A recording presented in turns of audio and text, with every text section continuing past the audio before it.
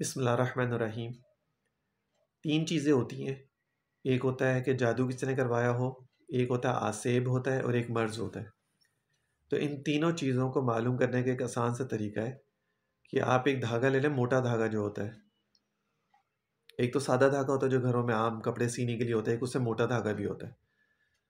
तो वो आप ले लें और जो मरीज़ है ना उसके सर से लेके पाँव तक पूरा उसको नाप लें 21 दफ़ा। तो 21 तारे बन जाएंगी, ठीक है, यानी 21 धागे हो जाएंगे वो। यानी सर से लेके पाँव तक एक, फिर सर से लेके पाँव तक दो, फिर सर से लेके पाँव तक तीन। इस तरह करके 21 दफ़ा कर लें उसको। 21 दफ़ा करने के बाद उसके बाद 3 दफ़ा सूरतुल फलक, कुल औज़ु रब्बिल फलक मिन शर्रि मा खलक, ये पढ़ के उसके ऊपर धागे के ऊपर दम कर दें। और फिर 3 दफ़ा सूरत मुज़्ज़म्मिल, या अय्युहल मुज़्ज़म्मिल कुमिल लैला इल्ला कलीलन, ये सूरह लास्ट पारे में आती है, 29वें पारे में, अक्सर पता ही है लोगों। 3 दफ़ा सूरतुल फलक, 3 दफ़ा सूरतुल मुज़्ज़म्मिल पढ़ के उस धागे के ऊपर दम कर दें। फिर उसके बाद दोबारा पैमाइश करें। तो अगर तो धागा बढ़ जाए,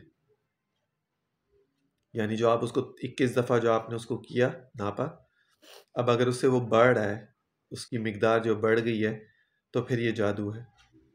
और अगर धागा जो है वो कम हो गया है, तो फिर ये आसेब की निशानी है, इसके ऊपर आसेब है। और अगर बराबर है, जितना नापा था उतना ही बराबर है, तो फिर ये मर्ज़ है, तो फिर उसका आप इलाज करवा लें मरीज़ का, जैसे कोई बीमारी होती है बस। फिर जादू और आसेब नहीं है। तो ये सबसे आसान तरीका है, आप इसको ख़ुद घर में भी कर सकते हैं और आपको इसका मालूम भी हो सकता है कि आया जादू है, आसेब है या मर्ज़ है।